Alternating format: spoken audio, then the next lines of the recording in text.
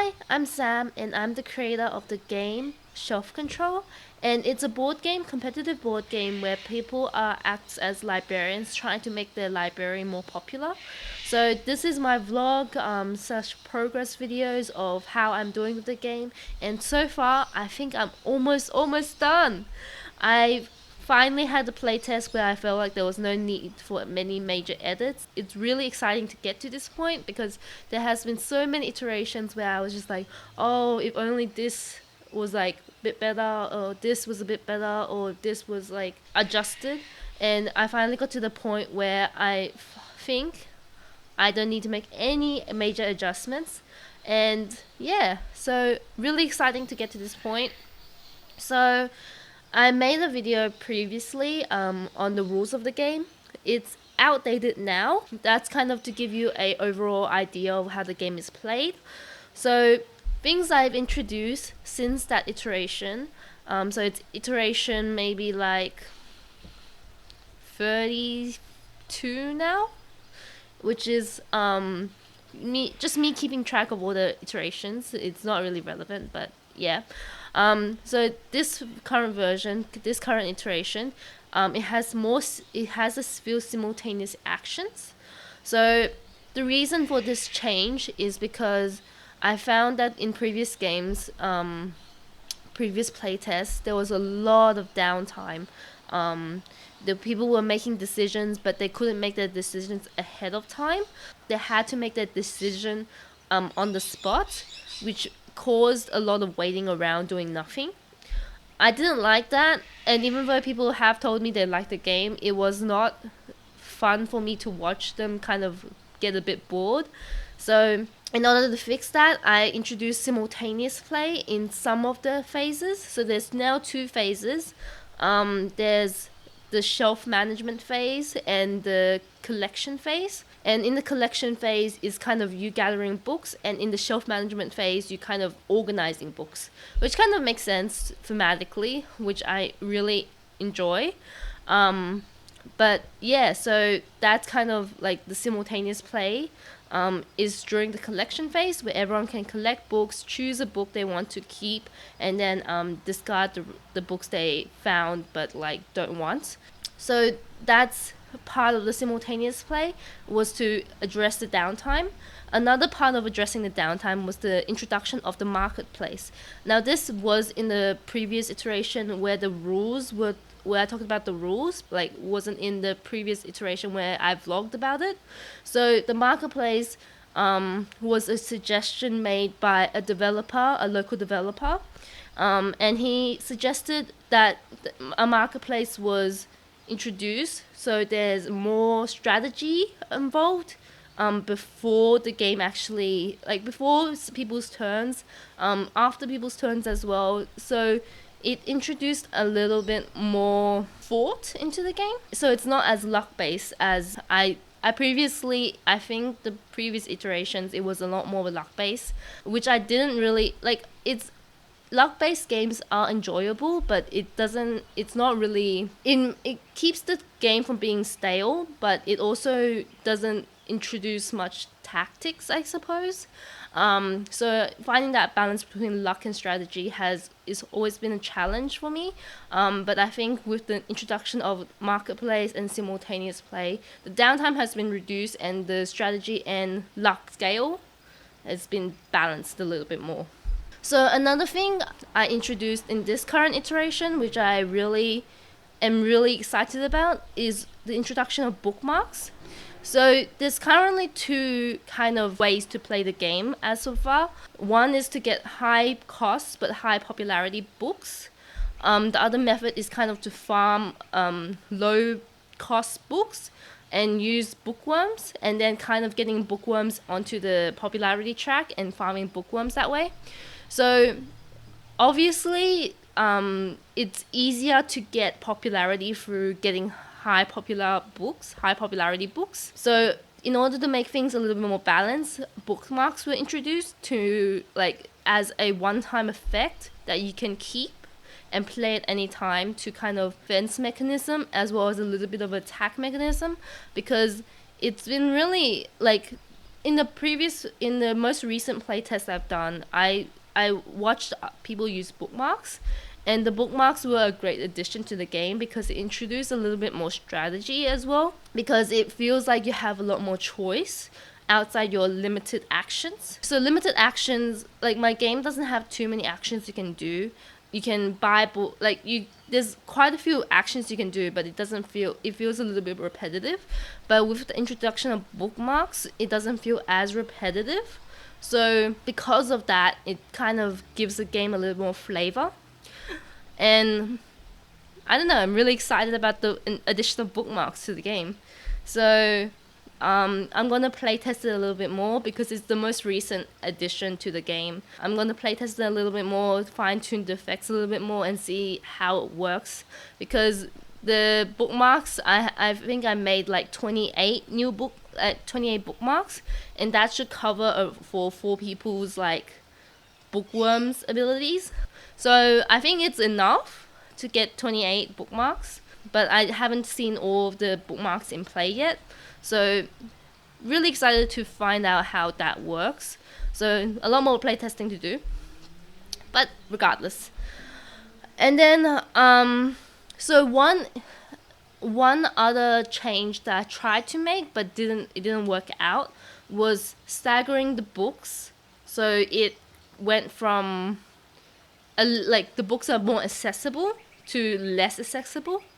So there's a couple of things that I made to make the game a little bit more fun. Sometimes like when you're buying books, you're drawing books from the deck, and that's a little bit more luck based.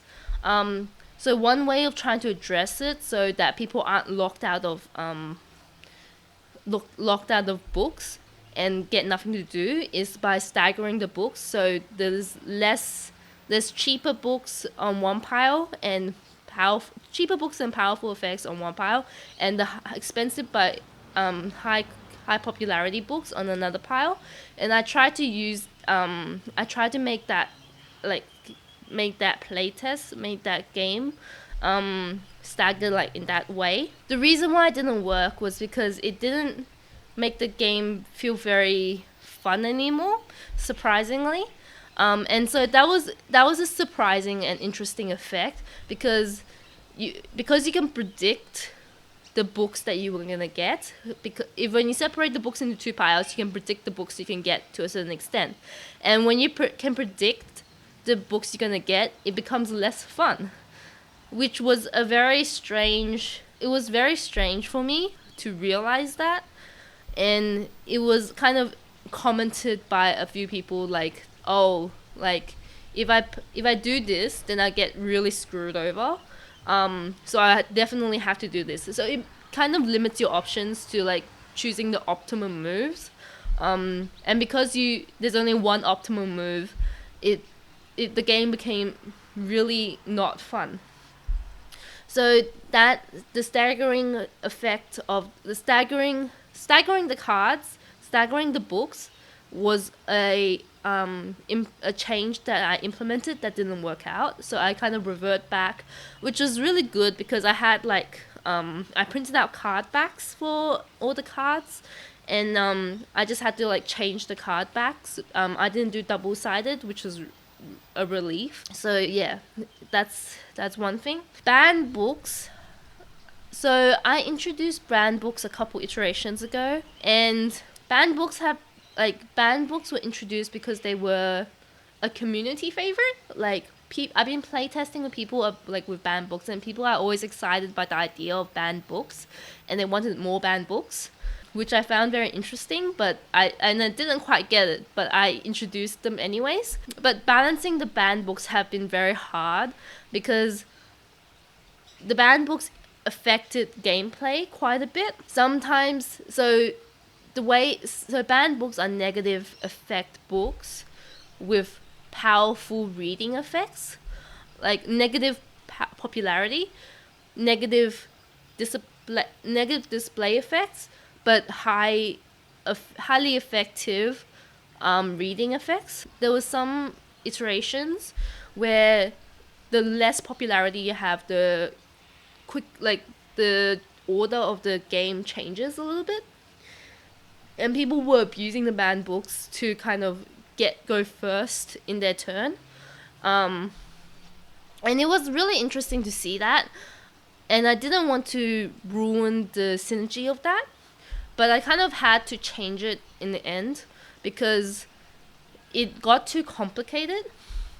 So there was one iteration where I tried to do like marketplace turn in terms of like in turn order of popularity, and then purchasing books was clockwise, and then moving the first player token anti-clockwise. It was a lot of understanding what was happening. I had to eliminate like one of the orders, like one of the turn-based orders, like changing the turn-based orders.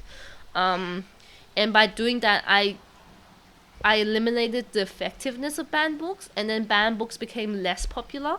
And then because the banned books became less popular, like they became too negative, and they affected the whole, like if you got a banned book in the game, you definitely were gonna lose the game. They went from way too overpowered to way too weak. And then I tried to balance it out by like also having like banned books take double the space, but having it take double the space was kind of too negative as well. So it became really confusing, and it became a little bit unfair for people to get banned books. But I ended up balancing it out by reverting some of the, like I went from taking up double the space to like a single space, and then you can book drive the banned books, and then you don't have to take banned books when you get them, or you don't have to activate them the moment you get them. You can activate it when it's your turn. So there's a little bit more balance to the banned books now, but the journey to getting banned books into a balance act has been like very hard actually, but it's really I guess that's the fun of game design. And I think overall those are all the changes I made to the game. I kind of have to like, because I've made so many of these changes, I need to like redo the rule book. So so in the past few months, I've been focusing on like updating the graphics, doing the rule book, trying to get some marketing out about like the game itself, and trying to like improve the visibility of the game. But in the simultaneously, I've been trying to like improve the game and trying to playtest the game, and like it's been like a lot of work, which is fun. I actually really enjoyed it, but like now that the game is changed again, it means that I have to like redo a lot of the work that I previously did. So maybe I jumped the gun a little bit. So since the last update, I kind of like tried to launch like a few YouTube stuff, a podcast of some sort, newsletter a little bit. And then I made a rulebook, and then I updated our rulebook, and then I updated it again, and then made a how-to video, stuff like that. So redoing all of that is going to be really interesting. But yeah, I'm finally at the stage where I think I can actually do those things, because I think my playtesting is almost done. I don't think it's almost done, to be honest. I think it's like 88% there. I think the game is 88% done. I think is a pretty good score, because games are almost never done until you hit the publish and manufacture and then send it out. That's my update for now. I've been really, really excited that this game is almost done. Anyways, yeah.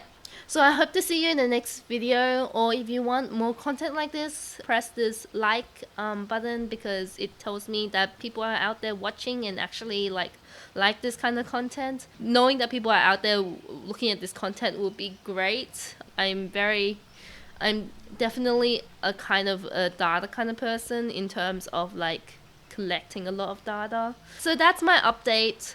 I hope that this video has been interesting to watch or hear about, and subscribe to get more updates and more like content like these, vlogs like these. If you have any questions, please let me know. I will be happy to share some of the content. I have an online prototype. I'm going to update it in the next couple of days. So the online prototype is here. The rulebook, which hasn't been updated, will be updated in a bit, probably in the next week or so, or next few weeks. So that's also there. And let me know if you enjoyed it. So that's it. Thank you. Bye.